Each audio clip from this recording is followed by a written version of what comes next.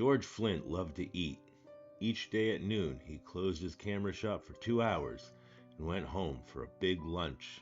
His wife Mina cooked for him.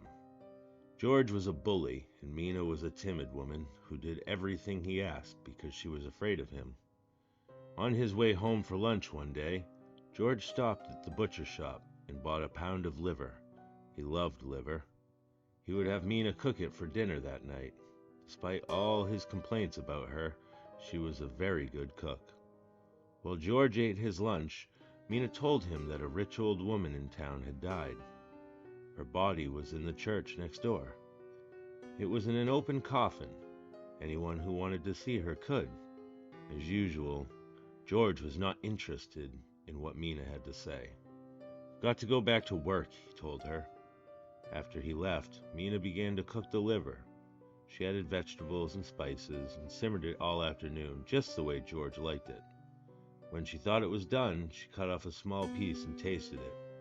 It was delicious. The best she had ever made. She ate a second piece, then a third. It was so good she could not stop eating it. It was only when the liver was all gone that she thought of George. He would be coming home soon. What would he do when he found that she had eaten all of the liver? Some men would laugh, but not George. He would be angry and mean, and she did not want to face that again. But where could she get another piece of liver that late in the day? Then she remembered the old woman lying in the church next door waiting to be buried. George said he never had a better dinner. "Have some liver, Mina," he said. "It's just delicious." "I'm not hungry," she said. "You finish it." That night, after George had fallen asleep, Mina sat in bed trying to read, but all she could think about was what she had done. Then she thought she heard a woman's voice.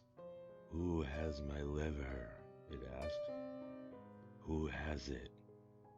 Was it her imagination? Was she dreaming? Now the voice was closer. "Who has my liver?" it asked. "Who has it?"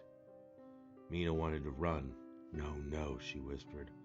"I don't have it. I don't have your liver." Now the voice was right next to her. "Who has my liver?" it asked.